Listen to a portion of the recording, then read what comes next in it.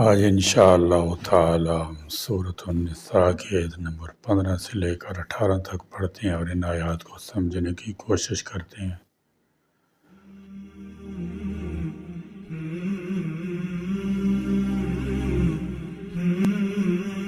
اعوذ باللہ من الشیطان الرجیم، بسم اللہ الرحمن الرحیم۔ واللاتی یاتین الفاحشۃ من نسائکم فاستشہدوا علیہن اربعۃ منکم فإن شہدوا فامسکوہن فی البیوت حتی یتوفاہن الموت او یجعل اللہ لہن سبیلا۔ واللذان یاتیانہا منکم فآذوہما فإن تابا وأصلحا فأعرضوا عنہما ان اللہ کان توابا رحیما۔ انما التوبۃ علی اللہ للذین یعملون السوء بجہالۃ ثم یتوبون من قریب فاولئک یتوب اللہ علیہم وکان اللہ علیما حکیما۔ وليست التوبة للذين يعملون السيئات حتى إذا حضر أحدهم الموت قال إني تبت الآن ولا الذين يموتون وهم كفار أولئك أعتدنا لهم عذابا أليما۔ واللاتی، اور وہ جو یاتینا کریں الفاحشۃ بیائی کا کام من نسائکم تمہاری عورتوں میں سے فاستشہدوا تو تم گواہ ٹھہرا لو علیہن ان پر اربعۃ چار مرد منکم اپنے میں سے اربعۃ منکم چونکہ زنا کی سزا نہایت سخت ہے اس لیے اس پر گواہی بھی زیادہ مضبوط رکھی گئی۔ عربی زبان کا قاعدہ ہے کہ جو چیز شمار کی جا رہی ہے وہ مذکر ہو تو عدد مؤنث ہوتا ہے، اس لیے اربع کی وجہ سے ترجمہ چار مرد کیا گیا ہے۔ فَإِن پھر اگر شاہدو وہ گواہی دیں فَامْسِكُوهُنَّ تو انہیں بند رکھو۔ اس آیت میں منکوح عورتوں کے ارتکاب زنا سے متعلق 3 احکام دیے گئے ہیں۔ اول یہ کہ زنا کے ثبوت کے لیے کم از کم 4 گواہوں کا ہونا ضروری ہے۔ دوسری یہ چاروں مرد گواہ ہونے چاہیے، عورتوں کی گواہی اس جرم میں معتبر نہیں ہے۔ تیسرے اگر ان گواہوں کی گواہی سے ان کا زنا کرنا ثابت ہو جائے تو فی الحال ان کی سزا یہ ہے کہ اس عورت کو مرنے تک گھر میں قید رکھا جائے یا اللہ تعالیٰ ان کے لیے کوئی راستہ متعین کر دے۔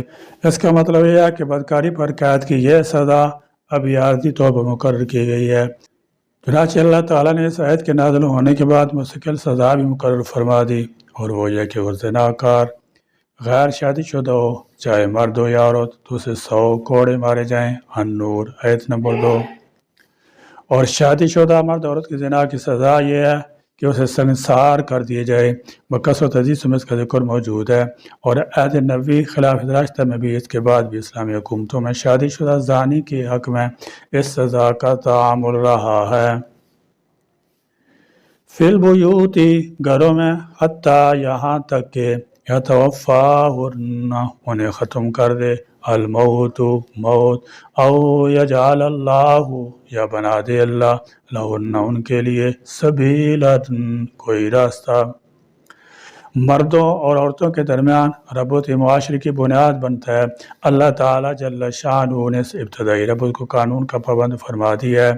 اگر مرد و زن کا یہ ربط قانون کے تابع عقد نکاح کے ذریعے قائم ہوگا تو آگے نسل بھی ٹھیک ہوگی، انسانی اخلاق درست ہوگا، انسانی سوسائٹی پاکیزہ ہوگی، اور سوسائٹی کے تمام افراد اپنی اپنی ذمہ داریاں پوریاں کریں گے۔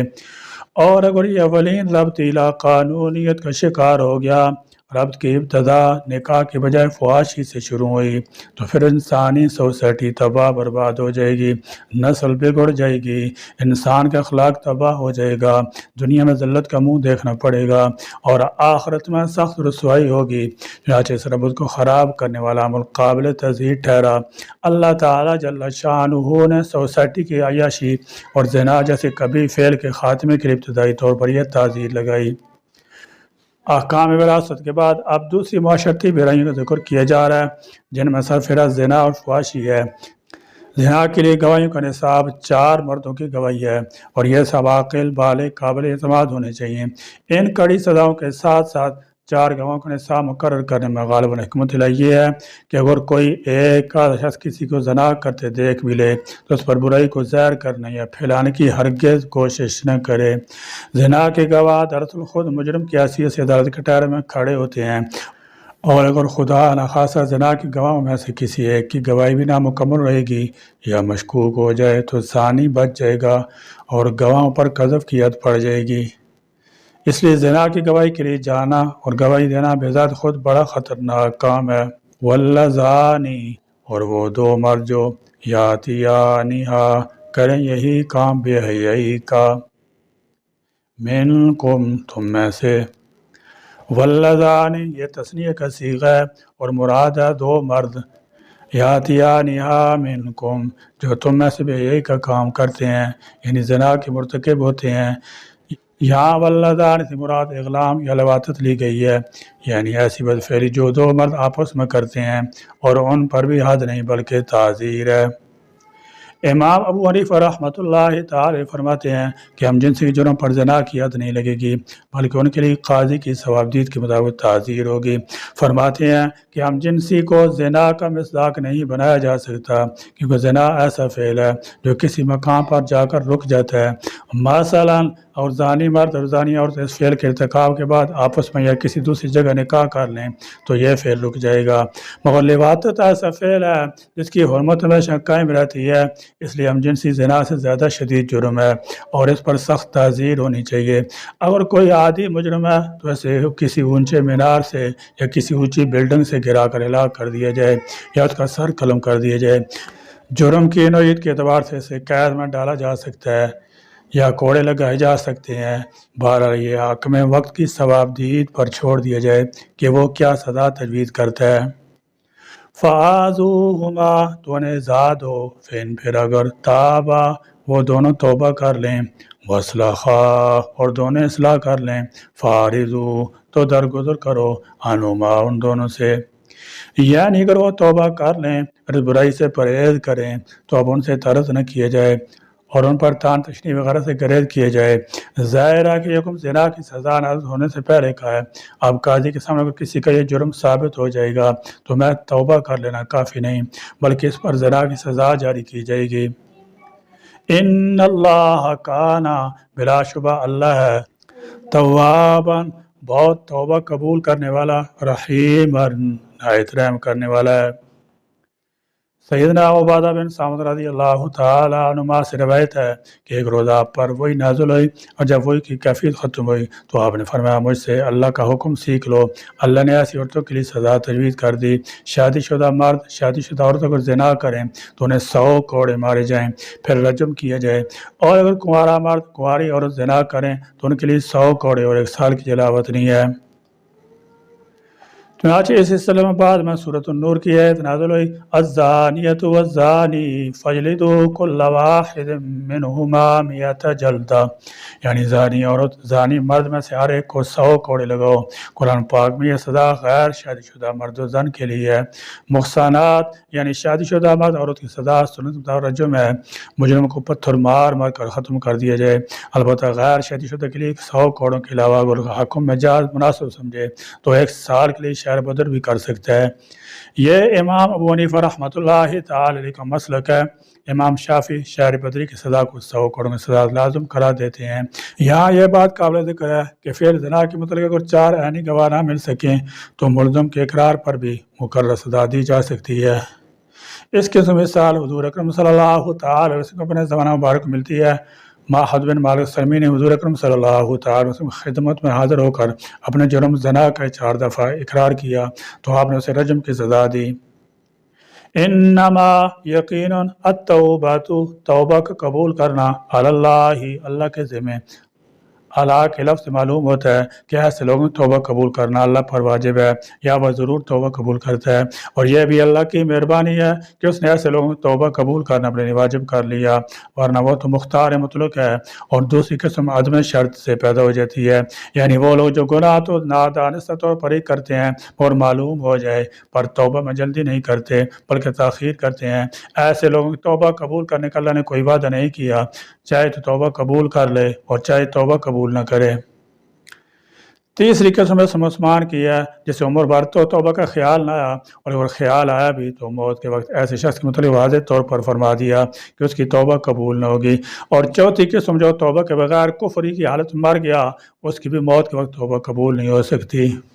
للذین، انہی لوگوں کے لیے جو یعملون کرتے ہیں السوء، برا کام، بجہالت، جہالت سے، ثم پھر یتوبون، وہ توبہ کر لیتے ہیں، من قریب، جلدی ہی، فاولئک، تو یہی لوگ ہیں، یتوب اللہ، کہ متوجہ ہوتا ہے اللہ علیہم، ان پر، یعنی توبہ قبول کر لیتا ہے، وکان اللہ، اور ہے اللہ، علیماً، بہت جاننے والا، حکیماً، خوب حکمت والا۔ اس آیت کریمہ میں اللہ رب العزت فرماتا ہے کہ وہ ظلم و زیادتی کو پسند نہیں کرتا، لہذا اگر کسی سے گناہ ہو جائے تو اسے چاہیے کہ فوراً خلوص نیت سے اللہ سے معافی مانگ لے، تو اس کی توبہ یقیناً قبول کر لی جائے گی۔ اول اپنے کی پر ندامت محسوس کرے، دوم جس گناہ پر توبہ کی ہے اس کو ہمیشہ ہمیشہ کے لیے چھوڑ دے، سوم دوبارہ وہ کام نہ کرنے کا عہد کرے، چاروں اگر اس کا تعلق کسی انسان سے ہو تو اس سے معافی مانگے یا اس کا حق واپس کرے۔ اس لیے اللہ تعالیٰ نے توبہ کا دروازہ کھول رکھا ہے کہ انسان سے جب کوئی غلطی ہو جائے تو اللہ کے سامنے نادم شرمسار ہو، آئندہ اس برائی سے بچنے کا عزم مصمم ہو اور برائی سے اجتناب بھی ہو، تو اللہ تعالیٰ اس کی توبہ قبول فرما لیتے ہیں۔ صرف زبان سے توبہ کے الفاظ کہہ دینا کافی نہیں ہے۔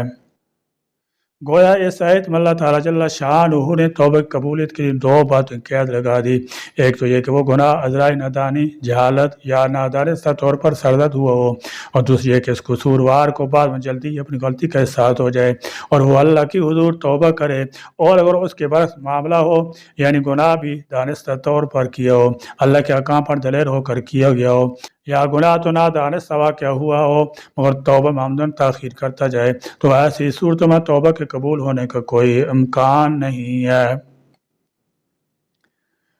وَلَيْسَتِ، اور نہیں، التَّوْبَةُ، توبہ قبول ہوتی، لِلَّذِينَ، ان لوگوں کی جو یعملون، کرتے رہتے ہیں کام، السیئات، برے، حتیٰ یہاں تک کہ اذا حضر، جب آتی ہے، احدہم، ان میں سے ایک کو، الموت، موت، قال، تو وہ کہتا ہے، انی، بے شک میں، توبہ کی۔ موت کے آگ کھڑے ہونے سے مراد غرغرہ کی کیفیت ہے، جیسے کہ حدیث شریف میں وارد ہوا ہے کہ اس وقت کی توبہ قبول نہ ہوگی، کیونکہ اب غیب کی حقیقتیں بندہ کی نظر کے سامنے آ جاتی ہیں، اور توبہ تو اللہ تعالیٰ کے غیبی نظام پر یقین رکھنے کے ساتھ نادم اور شرمسار ہونے کا نام ہے۔ الا، نہ اب، ولا، اور نہ ہی، الذین، ان لوگوں کی جو یموتون، مرتے ہیں، وہم کفار، اس حال میں کہ وہ کافر ہی ہوتے ہیں۔ حالت کفر مرنے سے مراد یہ ہے کہ جو موت کے بالکل قریب ہو، اس کافر کا موت کے وقت توبہ کرنا معتبر نہیں، یا یہ مراد ہے کہ کافر اگر آخرت میں کفر سے توبہ کرے تو اللہ ایسی توبہ قبول نہ فرمائیں گے، کیونکہ آخرت عمل کی دنیا نہیں ہے، جزا و سزا کی دنیا ہے۔ اولئک، یہ لوگ، اعتدنا، ہم نے تیار کیا ہے، لہم، ان کے لیے، عذاباً، عذاب، علیماً، بہت دردناک۔ جب انسان پر نزدیک عالم طاری ہو جائے، وہ موت کے آثار دیکھ لے اور اسے روح قبض کرنے والے فرشتے نظر آنے لگے تو توبہ کا وقت ختم ہو چکا ہوتا ہے، کیونکہ اب وہ دارالامتحان سے نکل کر دارالآخرت کی سرحد پر کھڑا ہے، اور توبہ ایک عمل ہے جس کا وقت گزر چکا ہے۔ اس آیت میں 2 طرح کے لوگوں کا ذکر ہے، وہ جو تھے تو مسلمان اور ساری عمر گناہ کرتے ہی گزار دی، اور دوسرے وہ جو کافر تھے پھر اس کفر کی حالت میں مر گئے۔ دونوں طرح کے لوگوں کے لیے دردناک عذاب ہوگا۔ اللہ تعالیٰ ہمیں قرآن کی روشنی میں اپنی زندگیوں کو سنوارنے اور اس کی ہدایات پر عمل کرنے کی توفیق عطا فرمائے، آمین۔ وآخر دعوانا الحمدللہ رب العالمین۔